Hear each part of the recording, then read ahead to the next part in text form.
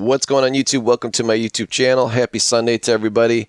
Alright, so I went to my local LCS yesterday and I traded in some silver for some Morgans, and I've finally done processing these Morgans, and I'm going to show each individual one. You'll see a description in the description of the video. There'll be links to my store as well as links to each individual Morgan. If you want to buy it, fantastic. That really helps me help support the channel. And I think I priced them out pretty nice as well, based on the condition. But anyways, before I get started, what I found was interesting is that I brought a couple Benjis in that I had laying around. For some reason, I didn't have them listed. And I was actually given from an LCS 20 times face, so $10 for one Benji.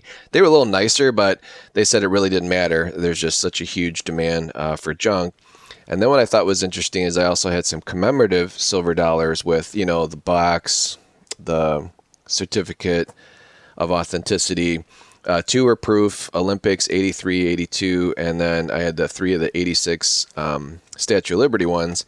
And they only gave 18 times face on those, which I thought was interesting. So even though the silver commems have like the box and all this stuff and capsules, they actually paid more for junk silver halves. So a little food for thought. So, and I asked them, I'm like, that's really strange. But then they also paid like $38 for the Silver Eagles that I brought them as well. So I was like, well, I'm not going to sell them on eBay for $42. And after fees and stuff, I'm only getting like 36. So I brought in the Silver Eagles that I was able to purchase on eBay for less than 38, and my LCS paid me 38 for them. So the Eagle premium is real. Like, it's pretty insane. And then obviously I had some other just random 1 ounce silver coins that I brought in and was able to make a small profit. So anyways, with that, I turned that money into Morgans to share with you guys, because I think Morgans a little more exciting than just regular silver. Plus these sell a little bit quicker. So we're going to start. I'm going to do them in order. There's going to be 10 actual Morgan silver dollars. And I'm going to give you some information a little bit on each one. If you're new to the channel too, I always like to explain like what to look for when you're looking at these. So first of all, we're going to start with the very first year that the Morgan silver dollar came out with. It was 1878. And for you newer guys, when you see listings that say 7TF and R78 in details, well, BU stands for billion uncirculated. Details means there's issues with the coin, so I probably wouldn't recommend sending that in to get graded unless you like getting back graded detailed coins. But the 7TF stands for the tail feathers in the back of the reverse of the coin, and the R78 just means the reverse is of a 78. So for whatever reason, 1878, there was some stuff going on that year where they're like, hey, you know, you didn't put enough tail feathers on the bird, and the bird looks like it got shot in the middle of the chest. So, or the eagle. So there was a couple different design changes. So the 8 tail feathers is the rarest one, and then obviously a reverse of a 79 is a rare one as well. So let me show you that here, just real quick. And again, if you guys already know what this is, I apologize, but again, not everybody knows about the Morgan. So this is a reverse of a 79 and up. But 2021s look different. Or sorry, 1921s look different. So the breast feathers on the eagle stick out. They're convex. And then on the normal 78, it's concave. So again, it looks like the eagle's breast feathers are caved in. So anyways, again, another thing you want to look for, and I'll try and grab a pencil here. You want to look at the cheeks. You want to look at the fields. And this one, for whatever reason, has like a bunch of like just dings on the cheek. So that's why I'm calling it details. But you want to look at the wear here above the ear, the wear here, and also here on the hat. So it's a beautiful coin itself. Other things you want to look for is the actual rim of the coin. And then when you're looking at the reverse, you also want to look at, obviously, the breast feathers and anything else going on. So anyways, this is a very nice coin. Not asking big money for it. Again, it is an 1878, and I've got this one at 85 bucks, which is the going rate for a nice BU nice eye appeal coin. that's out there. Obviously, if this was not a details coin and it didn't have that stuff on the cheeks, this would probably be double the price. Next is an 1878 San Francisco mint.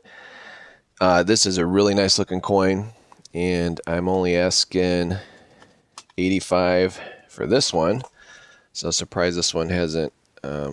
This one will probably sell pretty quickly. I've got some other 1878s in my store. They're much nicer, which I'm asking like double for. But this one I'm asking 85 bucks for. It's a nice coin. It probably has seen some action, so it'd be a lower grade mint state coin. And the San Francisco mint is right there. There's the S right there. But overall, really nice eye appeal. Again, the rim looks good. Decent looking coin. So for 85 bucks, that should sell pretty quickly. And next is an 1880. 1880 is weird. So if you find you're going to find a lot of 1880 S's with the S mint mark on the back. This one's a Philadelphia. So anytime there's not a mint mark right here, that means it's from Philadelphia. And this one's definitely a slider. So what a slider means is that this would grade anywhere between a lower state mint state coin, so mint state 60, or higher about uncirculated, which would be like 55 to 58. And this does have a ding in the corner here. So I probably would have asked for more on this one, but this particular one, what am I asking? Oh, that's nice. I don't have it on my list. So whatever. The list I printed out, I forgot what I'm asking, but I'm assuming it's under 85 bucks. It's probably like 65, maybe 75 worst case, but usually sliders I don't ask for more than 65. So that's my guess. Sorry I didn't write that one down or print it out. Next is an 1881. Again, these are more common without mint marks, or sorry, with mint marks, like a San Francisco or New Orleans mint mark, which would be an O, but this again is a Philadelphia. So very nice breast feathers on the eagle. Don't see any issues with this coin. Just overall really nice eye appeal. So this bad boy is 70 bucks. So that'll probably sell pretty quick. Next is a absolute stunning 1880S. And this will probably sell pretty quick. This hack definitely has mirrors, so I'll show you what that looks like. And when I put mirrors on a coin, that means it like shows it on both sides. So let me grab my gold lighter so you can see the actual mirrors, because it's harder to film it live. 1 second. Actually, I don't know why I paused it. I actually have it right here. And this lighter I'm also selling. I've got it listed pretty cheap at $125, and I think I have like 8 watchers, so this will probably go pretty quick. I did try and sell this to an international buyer, but it got rejected by customs. It was weird too. Like they didn't even open it; they just sent it back. So yeah, that dude can't be buying DuPont lighters. But this is what the mirrors look like on the reverse. But these are kind of tricky. You got to make sure they show mirrors on both sides. The obverse is always the most important. That's the part with Liberty here. But as you can see, we've got definite mirrors on both sides. So these normally aren't that expensive, although they have definitely gone up in price. It's so funny. I used to be able to pick these up for like 35 bucks because everyone's like, yeah, an 1880S is a common date. But everyone realized how gorgeous these were, and for the money. So this one's super nice. It's frosty on both sides. It does have like a mark across the chest. It's not a staple mark. That just looks like a common bag mark, and it's also here in the coin, which is kind of distracting. But I think this has a pretty good shot at getting proof-like, maybe deep mirror proof-like, but which is definitely harder to find. Or if you're just looking to upgrade something in your albums, beautiful coin. So this one I'm asking 105. I have sold coins like this for like 150, 155 in the past. So I think this is a really good deal if you want something that just has awesome eye appeal on both sides. And again, if those marks weren't on the back here of the breast feathers and over the wreath here, it'd probably be I'd probably add another 50 bucks to it, just because it'd be a little higher mint state. The other common date is an 1881S. For some reason, the 1881Ss go for a little bit more, maybe $5 more, but this one also has mirrors and is frosty. Absolutely beautiful coin. This one as well, I'm asking 105 for, and I'll show you the mirrors on both the sides of this. So, sorry, everything in the camera as I'm looking through the lens. See that? It's stunning. And you can see like the actual details of the gold lighter. And let me show you the obverse.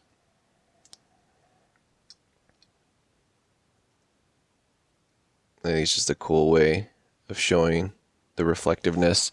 Some people are weird, like online they'll do like they'll like do some writing, or they'll just like show the coin like this, like real far away. It's like, dude, you're not really showing the coin. Like you got to like show it close up, as if like you had this coin in your hand at a coin shop. That's how I like to take pictures of my coins, because if you were at the coin shop, you would be doing exactly what I'm doing, and you always want to check the rim as well. So anyways, that's a super nice coin, and I'll put that back in the holder. Also too, I know I haven't mentioned this in a while, but I always these flips are 2.5 by 2.5, and I always get it with the paper in the back, so that allows me to write on it to, you know, kind of keep track inventory wise. But these are made by Guardhouse. They're 2.5 by 2.5 flips. I usually buy them in 100 packs or 200 packs. They're not cheap. They're, you know, they're about 20 cents a pop. But I find that they hold up the nicest. They also store easily, and I also ship them in these holders. I've seen other people do weird stuff with Morgans when I buy from them. They'll like put them in plastic bags, or those cardboard, those cheaper cardboard ones with the really thin layer on each side. These are actually pretty thick, so they actually protect the coin in transit. So I highly recommend them if you like to keep your coins raw. And this is actually what they recommend if you're going to send it in to get graded, that you have these type of holders, or at least storage type of thing. Next is an 1884 Old Mint mark. I'm asking $69 for this one. It's a common date. I think I have a good price on it. Nothing crazy, nothing special. Just a nice, brilliant uncirculated coin. I don't see any issues with this one. And I know guys, like a lot of you say, oh, that's clean, like that's polished. Like again, that's just different reflections from my camera. And you always want to, like on these Old Mint marks, you always want to look inside and see if there's like little lines in between. So like, is it an O over O or over S? That can make the coin more valuable. And this one doesn't have that, but I just think it's a really nice example for $69 that you can pick up. Again, fill up your Morgan album or whatever. This next one is an 1885. These are common dates, but they're not as common in this type of quality on both sides. So this has that frostiness. I really like the fields on this one, so I think this would grade out a little bit higher than a Mint State 63, just because when you're looking at grading these, or if you want to get them graded, you want to look at the actual fields themselves. And it's got a little bit of stuff in it, but overall it's like really, really nice. And then, you know, over the ear here, this is all very clear. Cheeks are really nice. Just overall eye appeal on both sides. It's a really stellar coin. So I think this one at $75 is a really nice deal. And I think easily you'd get a Mint State 64. And if you get a 65, rock and roll, man. You got then have yourself probably a $230 retail coin sitting in the slab. Or like I said, most of the guys that buy from me, they just like to keep Morgans raw. They're not into the grading game, and they just like to upgrade stuff in their albums. And what's nice about these coins too, since it's the most popular coin, they're very liquid. So if you ever like wanted to upgrade one in your album, you could easily bring the other one in to your coin shop and turn it into something else. Probably a couple ounces of silver.